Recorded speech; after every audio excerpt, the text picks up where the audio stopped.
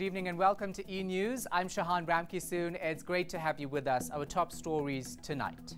Building, the Ramaphosa president is not going to respond positive to our march. We are going to shut down electricity in South Africa next year. It could be a dark start to 2019 as Eskom workers threaten to down tools. A community in KwaZulu-Natal is up in arms over an alleged bachelor tax. Our top story tonight, South Africa is at risk of nationwide blackouts in the new year. Eskom workers at coal-powered stations are threatening to go on strike if government doesn't reconsider its stance on renewable energy. Hundreds of workers affiliated to the National Union of Mine Workers marched to the union buildings today. It comes as the power utility's coal supply is already dangerously low. Liranzo Temba has more. On their day off, Eskom workers, many from Mpumalanga, converged in the capital city. They say IPPs are a ticking social catastrophe time bomb. Some shared the threat they believe renewable energy producers pose to their livelihoods. People who used to work at commodity suppliers, already they have terminated their contract. And that has got a major impact around the Middleburg area and the Wheat Bank. If they continue implementing these IPPs, we the poor, the electricity is going to become more expensive for us. Workers have called the march a warning shot. They made their way through the streets of Pretoria and to the union buildings with a clear list of demands. If union building, the Ramaphosa president is not going to respond positive to our march, we are going to shut down electricity in South Africa next year. Putting their differences aside, various labor groups threw their weight behind the march. In Nazareth, there is no resolution of the ANC ethetha privatization of the SOEs. In Nazareth, there is no resolution of the ANC ethethwa ngokuthainwa kwe-IPPs.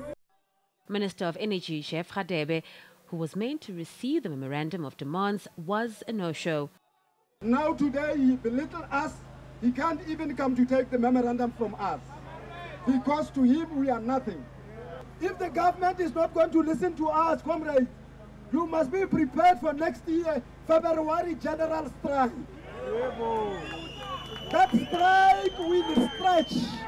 That strike will stretch until the government will come to its senses. The NUM hopes Radebe will meet with it next week to discuss workers' demands in order to keep the lights on. Liranzo Temba, Pretoria. Well, from possible electricity cuts to water cuts, Hammanskraal and surrounding areas are gearing up for 3 days without H2O. The city of Tshwane is carrying out upgrades at the Temba water purification plant. Authorities say it has been done to avoid another crisis in the area. Meanwhile, residents remain skeptical about drinking the tap water despite the city giving it the green light. Yanka Tolme has the story. This has become a daily routine for many residents in and around Hammanskraal. Officially, the city of Tshwane says the tap water is safe to drink, following interventions earlier this year. But some residents are still not convinced.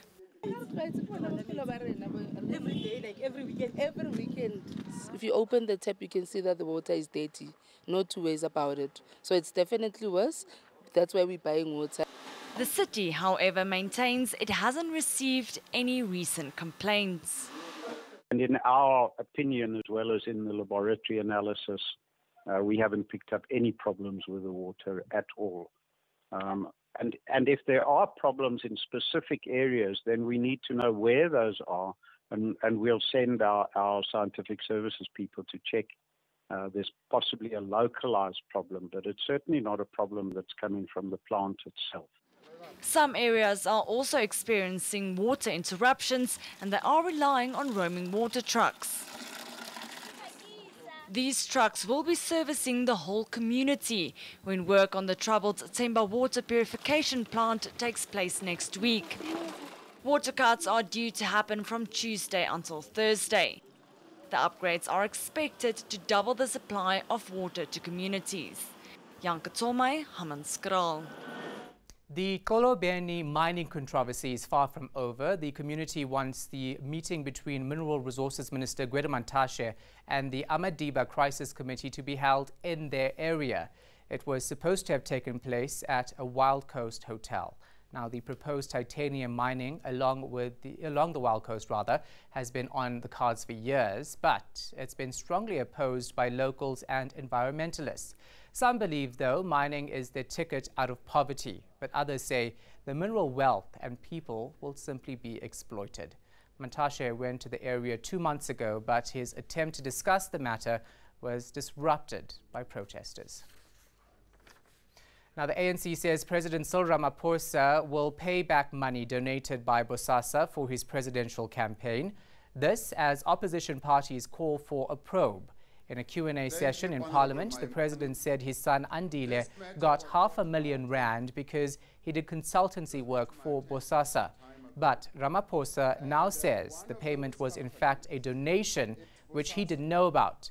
Bosasa CEO Gavin Watson paid the money into a trust account. Parents whose children have been murdered have had their say. A People's Commission of Inquiry in Cape Town this week focused on the soaring number of child killings in the city. Leanne Jansen has more. 985 children were killed in South Africa in the 2017-2018 period. The biggest percentage of them, 279 children, in the Western Cape. This wall shows but a fraction of them. This week, the Cape Town Trauma Centre teamed up with other NGOs for a 2-day People's Commission of Inquiry into child safety. This comes after more than a year of failed negotiations with provincial government for a judicial commission of inquiry to be held. We're not looking at blaming, we're not pointing fingers, we are doing a deep introspection of where we are at as a nation. And we're looking at the money we are spending, we're looking at government's purse and the amount of money that we spend on child protection, and we're asking ourselves, is this impactful? Patrick Solomons from child rights group Molo Songololo also questions the impact of government interventions. At the conference for a safer Western Cape, they talked about all the policies that's in place, the programs that's in place, but it doesn't really, get to the people where it matters. And these are our communities that's under siege. Van Renen Leroux hopes to host a second commission in January, but says it's only possible if donors come forward. Leanne Jansen, Cape Town. Coming up, 1 person dies and 16 others are injured in protests over fuel tax hikes in France.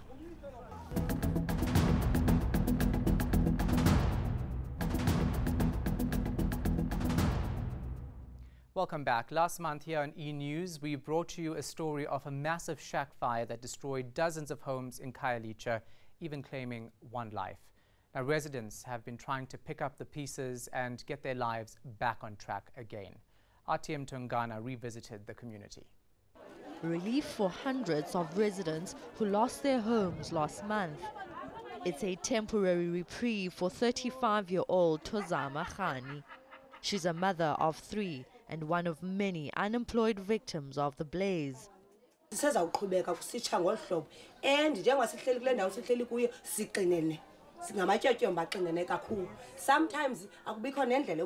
ugqithe kufuneke uyodra uyojika kwenye indlu kodwa uya apha emveni kwendlu yakho loo nto zibangela ke lo mlilo awukabikho umahluko uye wawesen emveni koko kuba omnye behlala kutyotyombe lincinci uthe wafumana imaterial wanje elikhulu yaphela ke ngoku indlela tu ke ngoku. Dozens of shacks were razed to the ground, killing 1 person. Donations have been pouring in from far and wide. This R1 million has been converted into these hampers and the basic kitchenware. And we also consulted with the City of Cape Town Disaster Management. Each family has received about 24 zinc irons and 14 poles to rebuild. And the bulk of the rebuilding process has been completed. Tim Tongana, Cape Town. Now, listen to this story. As South Africans battle with fuel, food and tax hikes, bachelors from a town in northern KwaZulu-Natal apparently face an additional burden. They're allegedly expected to pay an annual bachelor tax imposed by the local chief. Sipamandla Goge has this story. Tamsan Ngazwane is a 31-year-old single man from Vulametlo village in Ngutu. He is unemployed and relies on his mother to pay his annual bachelor tax bill. All those over 18 in the area are served with letters of home ownership and have to pay this tax. Yebo kuyenzeka njengami nje mina ngoba ngiganiwe ngilawo umuntu engithandana naye engihlala naye la nginayo leyo ncwadi leyo siyawukhokha njalo ngenyanga u50 rand. This has caused outrage in the area. Some parents say paying their unemployed son's annual tax bill is a financial burden. Nganginabafana bathathu bayathela kulezi incwadi engaganiwe ikhona ekhaya. Ngamthelela omdala wayengaganiwe wanencwadi yakhe ngaphinda ngafuna waba no18 wesibili ngamfunela incwadi waphinde wesithathu wokugcina engisele naye wano18 akaganiwa kanjani hleli nje ekhaya nomsebenzi egoli la ekhona akawutholi. Others have labeled this as oppression and exploitation of poor rural people. Into eyenzekalayo lokho nenkosi yakwazi lokho kusemthethweni lokuthi uma ngabe usese umntwana umfana osu over age sekufanele benencwadi yomuzi nawe nobaba wakho nabe nencwadi yomuzi into esemthethweni kule ndawo sakhe kuyo abafana bangaganiwe. The local inkosi disputes the existence of the so-called annual bachelor tax. Intela lena yesizwe u50 rand ukhokhwa ngonyaka. Okhokho noma ubanje ekhaya. Ukuthi kuganiwe awuganiwe akukho kubalula lapho. Ngobese says the tax is used to foot his nation's bill. He labeled Nkosi a disgruntled newcomer to the area who is dividing the community. Provincial Department of Cooperative Governance and Traditional Affairs officials met with Nkosi Ngobese and his council on Tuesday to discuss the matter. It's expected to announce the outcome of the meeting soon. Sipamandla Goge, Ngutu, KwaZulu-Natal.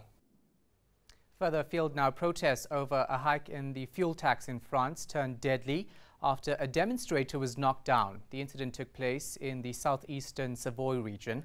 A driver apparently panicked during the protests and drove over a 63-year-old woman by mistake. Thousands of people took to the streets all over the country, blocking motorways and access to fuel depots. The grassroots movement, dubbed the Yellow Vests, started as a backlash against the taxes introduced by President Emmanuel Macron. 16 protesters have been injured. After the break, your weather details, and then having fun while learning at the same time, the best kind of class. And these Diepsloot pupils pressed all the right buttons.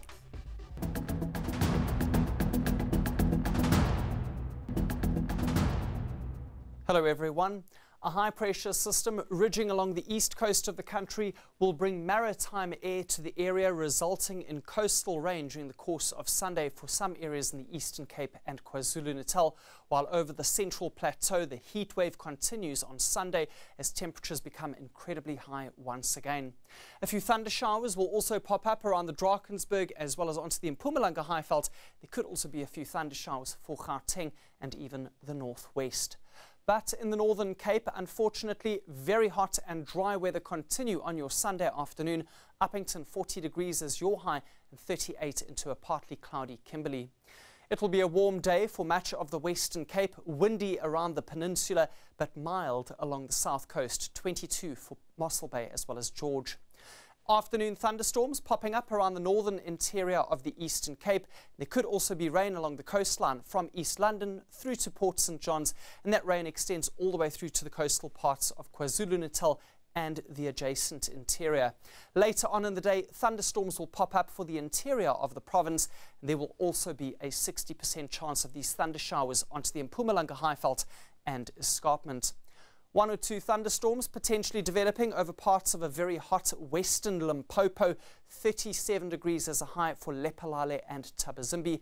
And it's unfortunately going to be an uncomfortably hot day in the northwest once again. But the good news is that there could be a few thunder showers around. No rain in sight for Bloemfontein, 35 degrees as a maximum temperature. Bethlehem and Harrismith, you could be in with a chance for a few thunder showers. And finally into Gauteng, it will be a dry start to your day. But later on, there are likely to be thunderstorms over the province, mostly in the later afternoon and into the evening as well. Heading into Monday, there'll be more thunder showers onto the Highveld, where temperatures will be dropping. Johannesburg, 29 degrees as a maximum as the heat wave comes to an end. And then thunder showers will extend into the central interior on Tuesday, while a cold front will be cooling things down in the Western Cape. That's all from the Weather Centre. Goodbye for now. And finally, pupils from Diepsloot Combined School are breaking barriers by coming up with bright ideas. A program is encouraging pupils to find problems within their communities and then find a technological solution. Detiru Selepe has this story.